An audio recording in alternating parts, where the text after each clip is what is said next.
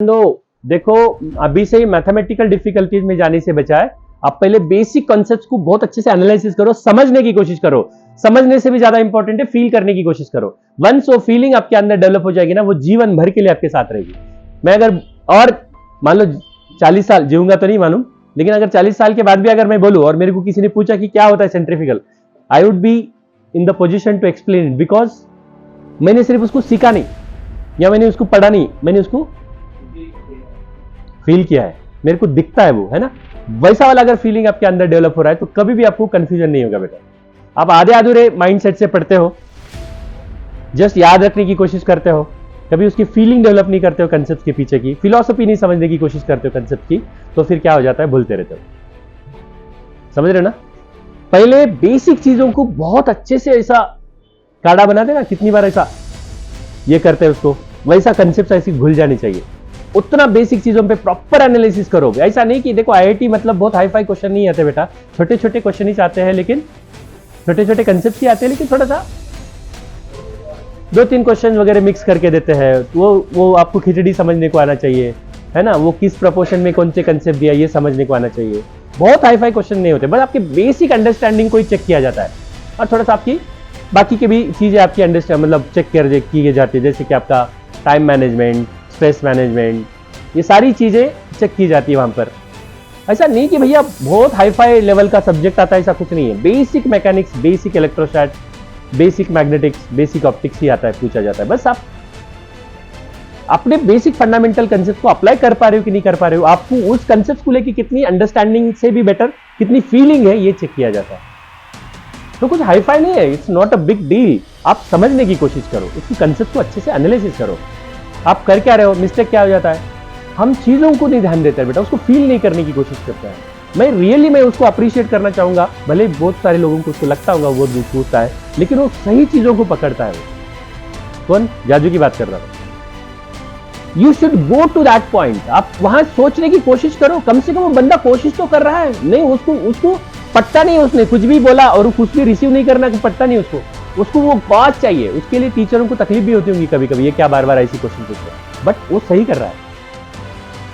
वो कॉज पकड़ने की कोशिश कर रहा है कि यहाँ ऐसा क्यों हो रहा है। कितना बढ़िया क्वेश्चन उसने पूछा, आई अप्रिशिएट फॉर इस क्वेश्चन कि उसने क्या बोला, सर ये सुडो तो एक्चुअल में लगता नहीं, फिर अपने को क्यों लगता है। हालांकि सुडो एक्चुअल में किसका इफेक्ट है, किसका परिणाम है। आपको ऐसा अगर डाउट आते हैं तो you will go to the word depth, आप उसको उसके तहे तक, मतलब क्या बोलते हैं, जड़ों तक जाने का मौका मिलता है। आप जड़ों तक जाने की कोशिश करो। मैं बोल रहा ना, बहुत ज्यादा सब्जेक्ट नहीं पढ़ना है अपने को, जितना भी आपको प्रेस्क्राइब सिलेबस है ना, उसको बहुत अच्छे से एनालिसिस करो, बहुत अच्छे से समझो, बहुत अच्छे से फील करो। वो कंसेप्ट मैकेनिक्स वंस आपके हैंडी हो गया ना रे बेटा, मैं बोलता ना, फिजिक्स को देखना नहीं पड़ता आपको बाद में, क्योंकि मैकेनिक्स लगभग हर चैप्टर्स में मैकेनिक्स में आएगा। इवन आप ऑप्टिक्स में भी देखेंगे तो मैकेनिक्स वाले क्वेश्चन आ जाएंगे। तो आपको बहुत अच्छे से काम करना है मैकेनिक्स के ऊपर। उससे भी पहले आपके इसको डेवलप करो। बहुत हाई फाई करना ही नहीं है, आप सोचो ज्यादा, पढ़ो कम। मैं तो बोलता हूं ना, किताबों के बिना पढ़ना सीखो, ये क्या पागलपन है। मैं तो बोलता हूं ना, जैसे काइनेमेटिक्स है, 2D आपने पढ़ा, एक बार पहले पेज से लेके आखिरी पेज तक क्या क्या कंसेप्ट पढ़ा है सर ने, एक बार ओवरलुक करो, पढ़ लो, बाजू में नोटबुक फेंक दो और एक व्हाइट पेपर ले लो, क्या क्या टॉपिक है वो लिख लो। क्या कर लो, क्या क्या टॉपिक से लिख लो, पेपर पे जस्ट टॉपिक के नाम लिखो। फिर मान लो पहला टॉपिक प्रोजेक्टाइल फ्रॉम टावर, ठीक है। नोटबुक आपके हाथ में नहीं, कुछ नहीं, ये सोते टाइम भी कर सकते हो आप। सोते सोते आप मोबाइल इंस्टा देखते के बजाय आप ये कर सकते हो, अपने प्रोजेक्टाइल फ्रॉम टावर, हाँ जस्ट इमेजिन करो, टावर से एक प्रोजेक्टाइल फेंका, आंखें बंद हो जानी चाहिए आपकी, जस्ट आपको कुछ नहीं दिखना चाहिए, आपको पत्थर दिखना चाहिए जो प्रोजेक्ट किया गया है, राइट। इनिशियल वेलोसिटी उसकी एक्स डायरेक्शन में थी, मान लो थोड़े टाइम के बाद नीचे भी आया, इधर भी गया, नीचे क्यों आया, इधर क्यों गया, राइट। टी टाइम के बाद कितना जाएगा, टी टाइम के बाद वर्टिकली कितना नीचे आना चाहिए, टी टाइम के बाद इधर की वेलोसिटी क्यों नहीं बदल रही, इधर की क्यों बदल रही, बदलेगी तो कैसे निकालेंगे, टाइम के साथ कैसे निकालेंगे, डिस्प्लेसमेंट के साथ कैसे निकालेंगे, फिर टोटल वेलोसिटी कैसे निकाली जा सकती है। आपके इमेजिनेशन में डेवलप हो जाना चाहिए। नोटबुक नहीं लगनी चाहिए, पेन नहीं लगनी चाहिए, राइट। नेट वेलोसिटी किधर होगी, फिर उसका एंगल निकालना है तो कैसे निकालेंगे, फिर जरा देखो, जरा आप बिना नोटबुक का ये एनालिसिस कर रहे हो तो आपका दिमाग बहुत प्रेशर आता है आपके माइंड के ऊपर, और जितना माइंड के ऊपर प्रेशर आएगा उतना डेवलप होता जाएगा। बुकलेस पढ़ाई का ये इंपॉर्टेंट होता है, एंगल निकालेंगे, है ना। ग्राउंड को टच करते टाइम उसकी स्पीड क्या होगी, हॉरिजॉन्टल वाले में फिर भी कोई बदलाव आता कि नहीं आता, जस्ट अपने आप से बातें करो। ओके, तो ऊपर से नीचे गिरने में कितना टाइम लगा, किन फैक्टरों के ऊपर डिपेंड करेगा, उतनी देर तक हॉरिजॉन्टली चलता ही रहेगा क्या, चलता रहेगा तो कैसे डिस्टेंस निकाला जा सकता है। Just talk, you can create so many questions. अब अपने आप ही बड़बड़ाते रहो, जस्ट इमेजिन करो, मुझे लगाओ इस, अब ये सोचने लगे हो, आपका माइंड पूरा प्रोजेक्टाइल पे फोकस्ड है आपका। इमेजिन करो आपको किसी और मेडिटेशन की जरूरत है क्या, बताओ।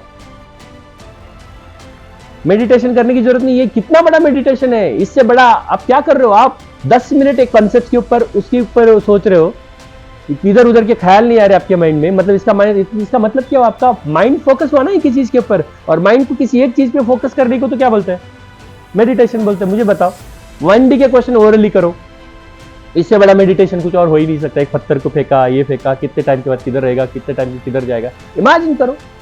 किताब हाथ में पेन नहीं चाहिए, और पेन और पेपर होते ही यहाँ का काम कम हो जाता है, यहाँ का काम कम हो जाता है, इसका डेवलपमेंट भी कम रुक जाता है। आप यहाँ को काम बढ़ाना है तो आप आपके हाथ में पेन और पेपर को मत करो, इमेजिन करना, हवा में क्वेश्चन सॉल्व करना सीखो, इमेजिन करो, रिकलेक्ट करना सीखो, है ना, रिकलेक्ट।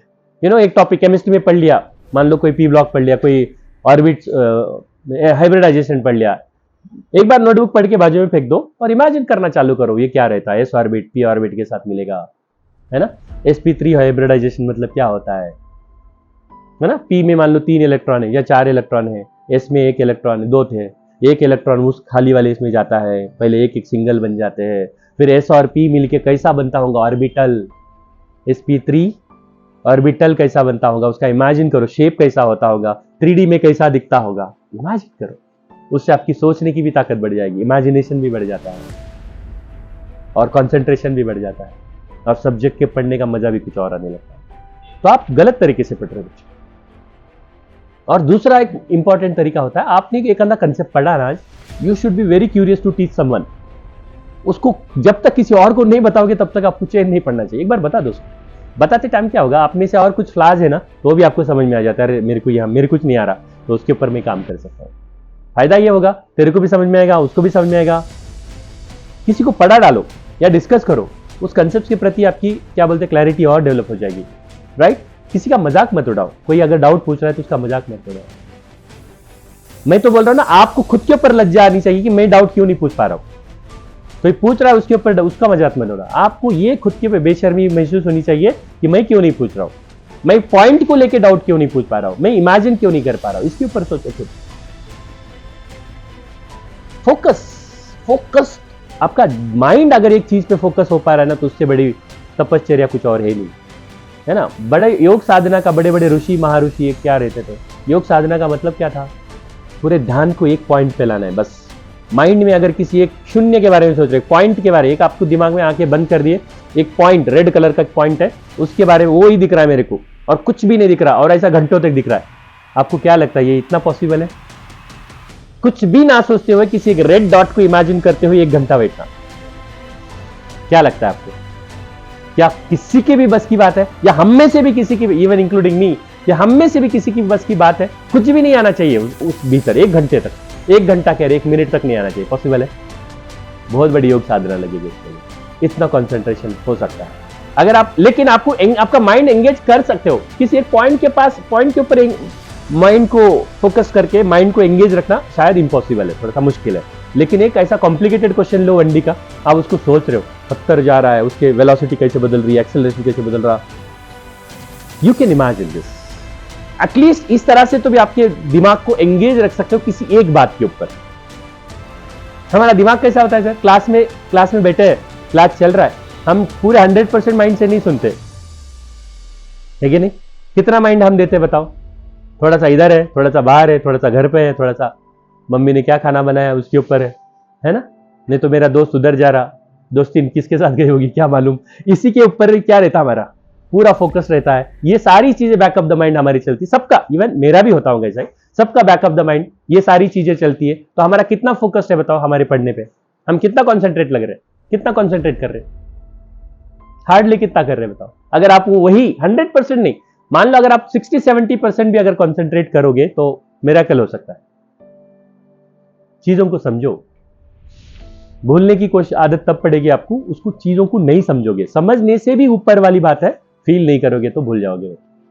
फील करो और बहुत बड़े क्वेश्चंस की तरफ मत जाओ। पहले आप छोटे छोटे क्वेश्चंस की तरफ जाओ, कंसेप्ट बिल्ड करो, आपके कंसेप्ट को स्ट्रांग करो। कुछ भी वाकड़े तिकड़े क्वेश्चन पूछते हो ना आप, मेरे को तब बुरा लगता है यार कि क्या पढ़ रहे हैं बच्चे।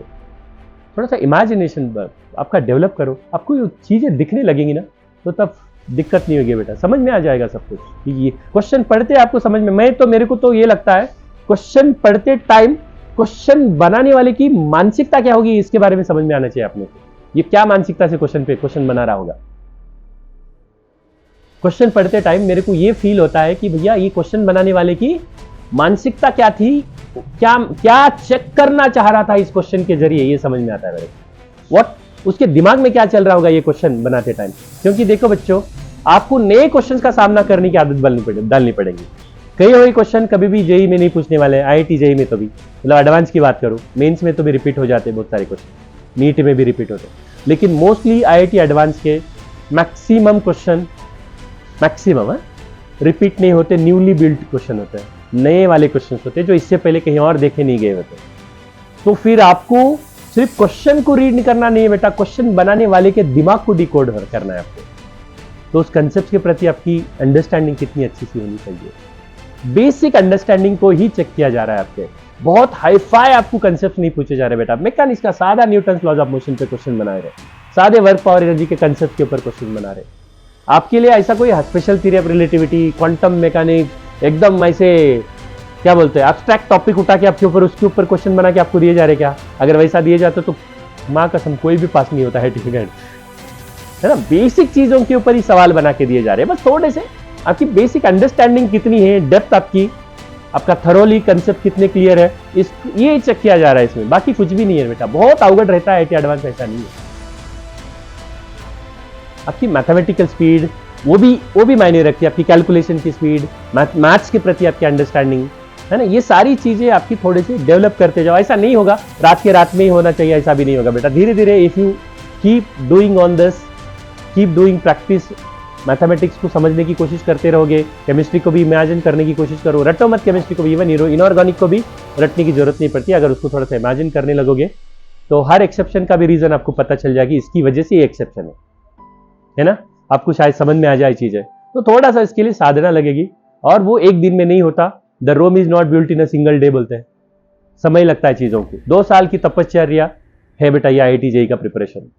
अगर इसको बहुत अच्छे से पढ़ोगे, बहुत अच्छे से हर दिन हर घंटे का हिसाब रखते हुए, अगर आपने हर 5 मिनट को भी अगर वेस्ट ना करते हुए अगर आप पढ़ाई को यूटिलाइज करते जाओगे, तो मुझे नहीं लगता कि आपको आपके गोल, आपके डेस्टिनेशन तक पहुंचने से कोई रोकेगा, राइट।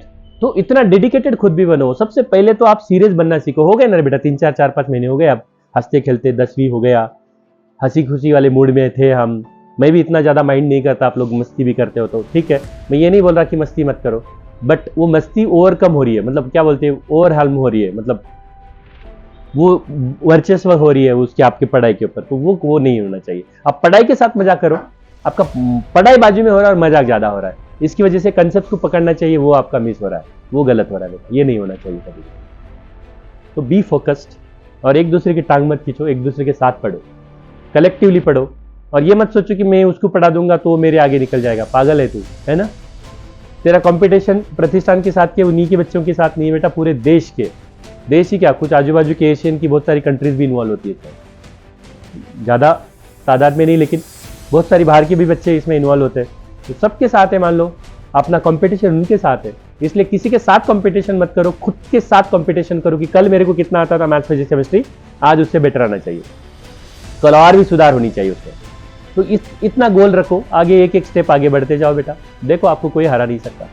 बस अपने आप पे फोकस करो, आप सबके आगे होगे एक दिन, तजुर्बा है मेरा, समझ रहे हो ना। किसी को रेफरेंस मत बनाओ, मेरे को उससे आगे जाना है ये वाला रेफरेंस मत बनाओ, मेरे को अपना बेटर वर्जन बनाना है कल, ये रेफरेंस रखो, अपने को रेफरेंस रखो। मेरे को आज इस तरह से सवाल सॉल्व करने आता ना, कल इससे बेटर वर्जन से बेटर तरीके से सवाल सॉल्व करने को आना चाहिए, ऐसा लगना चाहिए।